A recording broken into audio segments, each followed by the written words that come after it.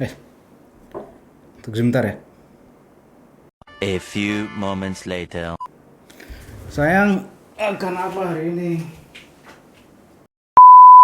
Pernah nggak sih lo scrolling aplikasi makanan online kayak GrabFood, GoFood, atau sekarang ada Shopee Food selama 1 jam, terus lo end up atau pada akhirnya nggak memilih makanan satupun. Lalu yang lo lakukan kemudian adalah memilih untuk makan Indomie, terus habis itu nyesel kenapa gue nggak milih makanan yang lebih sehat. Atau misalnya lo seorang bos, lo lagi memilih karyawan baru, terus setelah lo milih pada akhirnya lo nyesel dengan pilihan lo karena tidak sesuai dengan ekspektasi. Nah, kemungkinan lo terjebak dalam keadaan decision fatigue.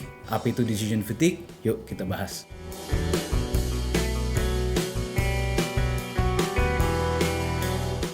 Oke, pertama yang ingin gue bahas adalah apa itu decision fatigue. Kalau diterjemahkan, decision fatigue itu adalah lelah dalam mengambil keputusan. Nah, menurut Medical News Today, decision fatigue adalah fenomena psikologis seputar kemampuan atau kapasitas seseorang dalam membuat keputusan. Ini juga disebut dengan ego depletion atau penipisan ego. Nah, teori seputar decision fatigue mengatakan bahwa kemampuan seseorang untuk membuat keputusan akan menjadi lebih buruk setelah membuat keputusan yang banyak, dan ini membuat kita semakin lelah untuk bekerja dengan lebih baik lagi. Nah, kelelahan ini berlaku untuk semua keputusan, apakah keputusan yang urgent atau besar, kompleks, maupun keputusan yang ringan atau receh lah ya istilah gue. Ibarat sebuah baterai, kemampuan seseorang untuk mengambil keputusan lambat laun akan mengalami penurunan. Kalau tidak di-charge, energi yang tersedia untuk membuat keputusan akan lebih sedikit.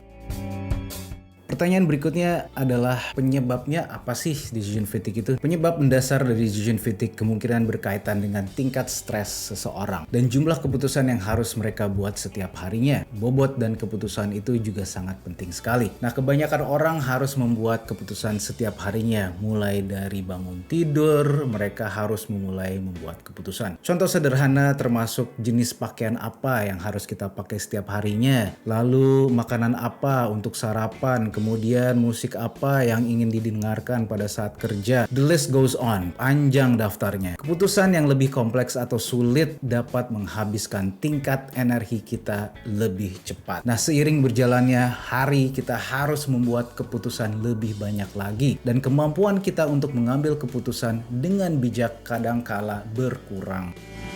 Decision fatigue bisa berbeda-beda untuk setiap orang, tergantung pada bagaimana hal itu mempengaruhi seseorang. Nah, berikut ini adalah tanda-tanda dari decision fatigue. Yang pertama adalah impulsive buying atau pembelian impulsif. Nah, ini banyak terjadi sekarang untuk orang-orang yang biasanya sering ke aplikasi belanja online. Mereka membeli barang yang sebenarnya tidak diperlukan dan biasanya mereka menyesali membeli barang tersebut. Kondisi ini juga berlaku untuk orang yang sering mengambil keputusan secara mendadak tanpa mempertimbangkan hal-hal yang lain dan pada akhirnya menyesal mengambil keputusan tersebut. Lalu yang kedua adalah decision avoidance. Nah, ini adalah tanda-tanda decision fatigue yang kedua. Decision avoidance atau penghindaran pengambilan keputusan adalah di mana seseorang atau beberapa orang mungkin mulai mengabaikan atau menghindari keputusan sama sekali ketika mereka merasa lelah. Perilaku penghindaran ini dapat menyebabkan orang tersebut hanya memilih opsi default atau opsi yang paling dapat diterima secara sosial daripada memilih opsi yang tepat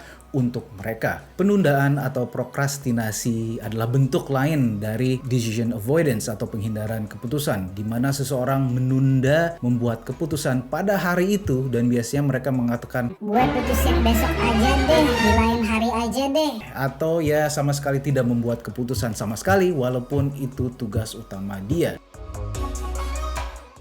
Terus solusinya apa dong? Oke, kita main tebak-tebakan yuk. Apa persamaan dari tokoh-tokoh dunia penting ini? Ya, mulai dari Presiden Indonesia kita, Presiden Bapak Jokowi, Steve Jobs, Mark Zuckerberg, Presiden Amerika Serikat Barack Obama. Udah tahu jawabannya? Persamaannya adalah mereka memakai baju yang sama setiap hari. Terus lu nanya, Apa hubungannya sama decision fatigue? Ada dong. Nah, yang pasti mereka berusaha untuk menghindari decision fatigue. Salah satu caranya adalah dengan memakai baju yang sama setiap hari. Sehingga tidak perlu lagi memikirkan baju apa yang mereka akan pakai setiap harinya. Memilih baju buat mereka adalah keputusan yang receh, yang kecil. Mereka lebih baik memfokuskan diri kepada keputusan yang lebih besar, lebih urgent daripada hanya sekedar memilih baju. Nah, ini adalah solusi yang pertama. Kurangi waktu untuk mengambil keputusan yang receh. Karena keputusan receh di kamus gua hanya membutuhkan 0 sampai 1 detik saja. Lalu kemudian adalah solusi kedua. Solusi kedua, membuat keputusan paling penting terlebih dahulu. It should be on your number one list ya, di list nomor 1. Jika setiap keputusan menghabiskan energi seseorang, mungkin yang harus dilakukan yang terbaik adalah membuat keputusan yang paling penting sedini mungkin setiap harinya. Apakah itu panggilan telepon yang sulit, proyek yang sulit, tugas sekolah yang sulit, membuat keputusan penting di awal hari dapat membantu mencegah keletihan keputusan atau decision fatigue saat menghadapi pilihan ini. Kemudian solusi ketiga, menghilangkan kegiatan lain yang dapat mengganggu atau disebut dengan removing distractions. Pilihan untuk tergoda dengan kegiatan lain yang mengganggu biasanya menarik nih untuk seseorang menjauh dari sebuah tugas penting yang seharusnya mereka lakukan, dan ini bisa menjadi decision fatigue. Memilih untuk melihat ponsel, menelusuri atau browsing social media, atau menonton televisi ataupun menonton Netflix dapat menguras niat kita untuk melakukan tugas penting di kemudian hari. Menghapus gangguan ini dapat membantu seseorang mengurangi kelelahan. Taruhlah handphone di ruangan yang lain, bukan di tempat kerja Anda kalau HP menjadi sumber gangguan utama Anda. Hilangkan notifikasi social media kalian kalau sumber utama gangguan kalian berasal dari handphone kalian. Solusi keempat, buatlah meal plan atau rencana makanan. Nah, ini gue alami nih, scrolling 1 jam